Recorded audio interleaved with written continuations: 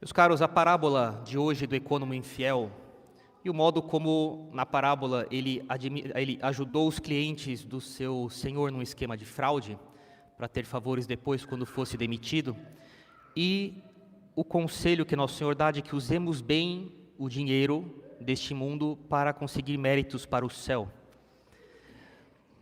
nos dá a ocasião de tratar um pouco sobre vida financeira e virtudes. Saber ver o dinheiro de modo correto, ter uma verdadeira educação financeira, é uma coisa absolutamente fundamental e necessária para a vida de qualquer pessoa, mas ainda mais de um católico. Um dos maiores problemas da nossa sociedade, nesse país também, é a absoluta ausência, na prática, de educação financeira, dentro das famílias, dada nas escolas, em qualquer iniciativa do governo, coisas praticamente inexistentes. É uma das principais geradoras de males incalculáveis na conduta das pessoas. Governos e empresas, de modo geral, não têm interesse em formar as pessoas numa verdadeira educação financeira, porque eles, governos e empresas, perderão dinheiro.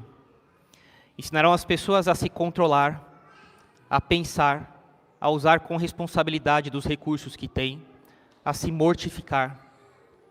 Não tem sentido que eles pensem em formar as pessoas para usar o dinheiro de modo responsável, para que cada família vá adquirindo as virtudes necessárias para ir construindo um patrimônio ao longo das décadas da vida, de uma vida virtuosa.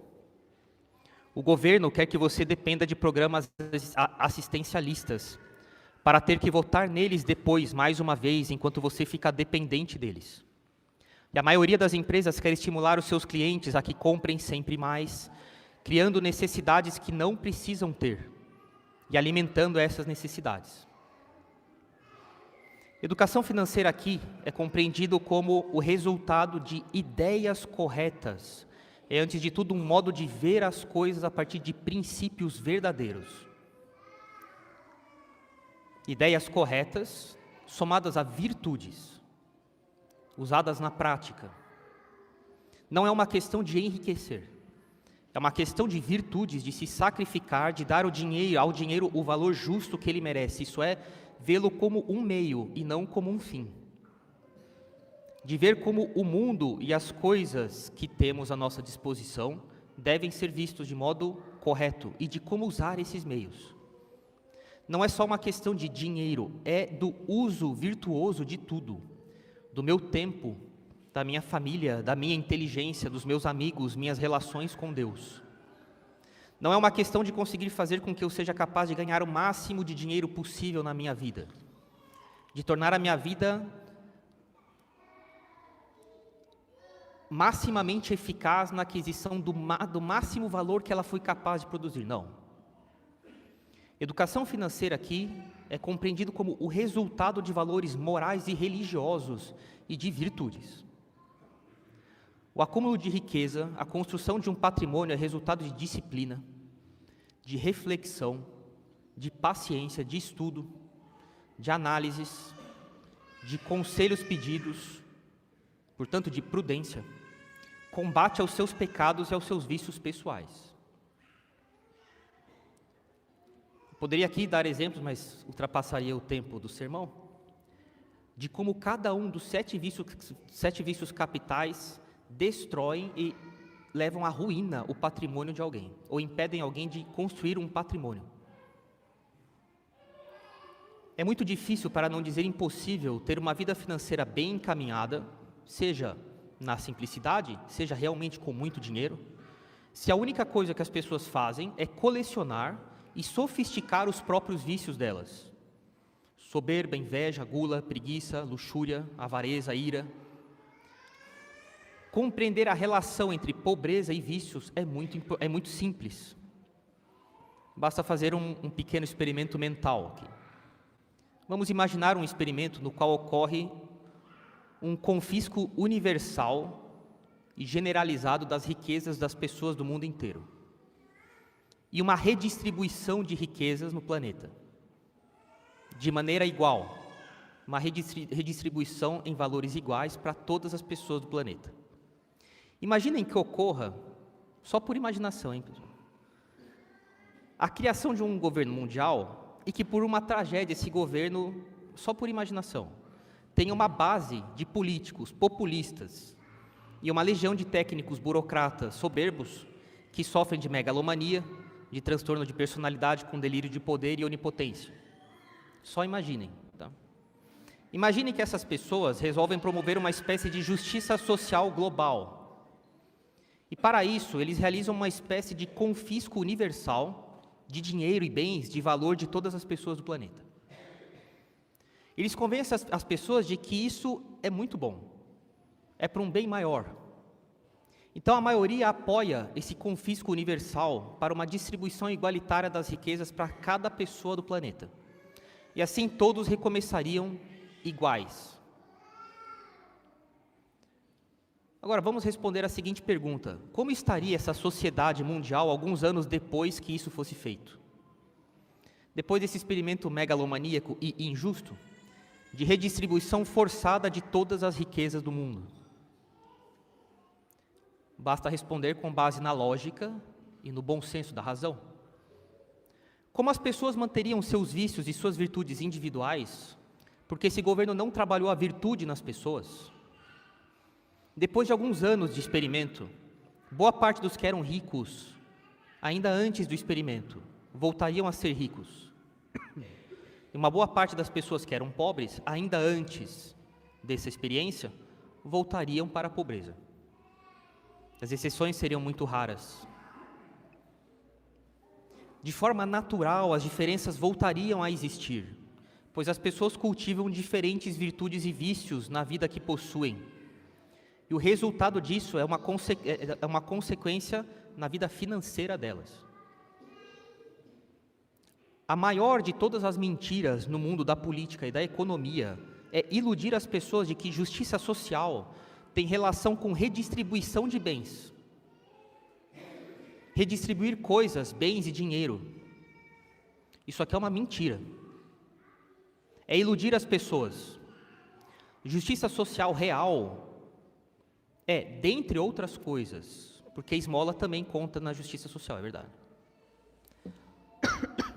Dentre outras coisas, justiça social é permitir, sem atrapalhar, que as pessoas desenvolvam virtudes e que elas combatam seus vícios. Isso aqui causa justiça social. Porque é da riqueza interior que as pessoas têm que se originam todas as outras riquezas que as pessoas têm. E através das virtudes que temos a capacidade de acumular e multiplicar nossas riquezas. Entregue muito dinheiro para uma pessoa que tem poucas virtudes e muitos vícios e o resultado será uma tragédia. Um processo natural de autodestruição do dinheiro, da saúde física e mental dessas pessoas sem virtudes. A vida financeira de uma pessoa tem, em grande parte, consequência das virtudes e vícios que a pessoa coleciona. É muito agradável e sedutor ouvir uma figura pública hipócrita ou um técnico de economia intelectualmente desonesto, que faz parte de alguma ideologia qualquer, afirmar que a vida pequena que você tem é culpa das pessoas que têm mais dinheiro que você. Qualquer tentativa de melhoria da vida das pessoas que não seja de motivar as virtudes e combater os vícios nelas é uma total hipocrisia. E isso é muito usado por ideologias e pelos seus partidários mentirosos e desonestos, que sem qualquer virtudes trabalham diariamente para corromper a própria sociedade, já que só conseguem se manter num ambiente degradado moralmente, sem valores e sem virtudes. Isso também vale para algumas áreas de empresas. Existem negócios em mercados que movimentam montanhas de dinheiro diariamente, que só existem graças ao crescimento dos vícios e à degradação das virtudes nas pessoas. Quantas vezes já nos deparamos com marcas famosas investindo fortunas no patrocínio de influenciadores, artistas, cantores e outros famosos que são uma representação viva e uma encarnação dos vícios, da imoralidade e da falta de ética. Quantas vezes vimos empresas ou setores da economia apoiando ideologias hipócritas? Quantas vezes vimos pautas patrocinadas por empresas que estão relacionadas com vícios? Soberba, gula, luxúria. Infelizmente, isso faz parte do jogo atual do dinheiro. Viciar pessoas, promover uma educação sucateada, deixar as pessoas culturalmente vazias e sem princípios, e favorecer a imoralidade, sobretudo os pecados contra a castidade. Isso é uma coisa extremamente lucrativa. Um dos grandes males que vivemos no atual capitalismo está relacionado com o estímulo ao vício e o ataque contra as virtudes. Isso ocorre à medida que as empresas e os governos vão se afastando dos valores e das virtudes que a igreja sempre defendeu. Na prática, são as virtudes que nos diferenciam dos animais. Essa é a verdadeira fonte de felicidade e de satisfação na vida. Esse desejo de ser virtuoso não existe nos animais. A virtude é uma coisa que não pode ser comprada. Os vícios podem ser comprados. Geralmente aqueles que vivem relacionando vícios, colecionando vícios na vida, logo sentem que a vida deles não tem sentido. Eles não percebem que o sentido está em buscar viver como um ser humano, ou seja, no conhecimento da verdade, numa vida virtuosa. Pessoas sem virtudes votam em pessoas sem virtudes, até em criminosos. Pessoas cheias de maus hábitos e vícios consomem inúmeros produtos e serviços para a manutenção desses vícios, para reduzir os danos dos vícios, sem cortar com as causas dos vícios. Já uma pessoa virtuosa, prudente, justa, forte, temperante, um homem verdadeiramente equilibrado, não é facilmente enganado e controlado por quem busca poder na política ou seu dinheiro no mercado. Por isso nós insistimos muito, sem uma vida verdadeiramente católica e achando que a solução é política, o único resultado será viciosos votando em viciosos, pessoas sem virtudes votando até mesmo em criminosos, e há muitas opções por aí. Feliz quem sabe disso aqui desde que é jovem. Vocês ainda são jovens, todos vocês. Não existe nada mais deprimente do que chegar no final da vida, olhar para trás e perceber que você passou o tempo inteiro buscando vícios e prazeres que te enfraqueceram, enquanto fugia do sacrifício que te fortalece. E por outro lado, não existe alegria maior do que pensar que o mundo se tornou melhor por causa de alguma coisa que você fez, pois que você viveu com prudência, justiça, fortaleza, temperança, enquanto tornava melhor a vida de todos os que tiveram a sorte de cruzar com você e que você fez a vontade de Deus. A falta de virtude e, portanto, de educação financeira, que atenção, é um resultado, né, uma consequência das virtudes. Não é uma coisa técnica, meramente intelectual. Não existe educação financeira sem virtudes. A falta disso, de virtudes, de educação financeira, causa muitos problemas e danos morais. Atrasos na escolha do estado de vida. A pessoa já tem uma idade que ela possa casar. Se ela não casa, isso pode dar problemas morais daqui a não muito tempo, mas ela ainda não tem meios, porque desde cedo não começou a juntar dinheiro, não tinha uma educação financeira. Atrasos na escolha do estado de vida, danos pessoais e familiares, falta de perspectiva na vida pessoal, desânimos, ansiedades, problemas psicológicos, porque eu não tenho perspectiva, mas falta de uma lacuna, como resultado da falta de um conhecimento, de uma lacuna, de como encaminhar seu patrimônio de modo virtuoso. Dívidas, instabilidades familiares, prejuízo educacional dos filhos. A família não tem meios para comprar livros, um passeio cultural no museu, aprender um instrumento musical. Bens que deixam de ser feitos, benfeitorias, doações, caridade, apoio educacional para familiares ou outros, que não são feitos porque você não tem uma vida financeira bem encaminhada por falta de virtudes. Te coloca em ocasião de sofrer golpes por pessoas que são aproveitadoras. Pode até ser ocasião de tentações para ingressar em projetos injustos, ilegais, ganhar dinheiro rápido, fraudes, semelhante ao caso da nossa parábola hoje. Agora, na peregrinação para Aparecida, nós passamos em Guaratinguetá, num memorial das Filhas de Maria Auxiliadora, das Salesianas. E ali funcionava um orfanato, no século XIX, na primeira metade do século XX. E eu achei um relato no museu ali, no memorial, bastante interessante do padre que fundou esse orfanato, era o Monsenhor João Filippo. E o relato dizia assim: no dia da festa de São João, a irmã diretora ofereceu ao padre um modesto jantar em nome das orfanzinhas, que pela primeira vez recebiam a Santa Comunhão no ano em que foi aberto o orfanato, festejando o santo padroeiro. Estavam presentes algumas pessoas amigas que lhe perguntaram: Monsenhor, como foi que teve início o orfanato? E ele respondeu: eu andava preocupado, queria fazer alguma coisa que fosse agradável a Nosso Senhor. Vocês vão ver como isso aqui é o fundamento da educação financeira desse Monsenhor. Um dia, li que um santo vendeu tudo o que tinha para dar aos pobres. Então, inspirado por Deus, tive o desejo de fazer um orfanato para socorrer as crianças pobres deste município. Desde então, comecei a guardar todo o dinheiro que podia e pedir esmolas para o mesmo fim.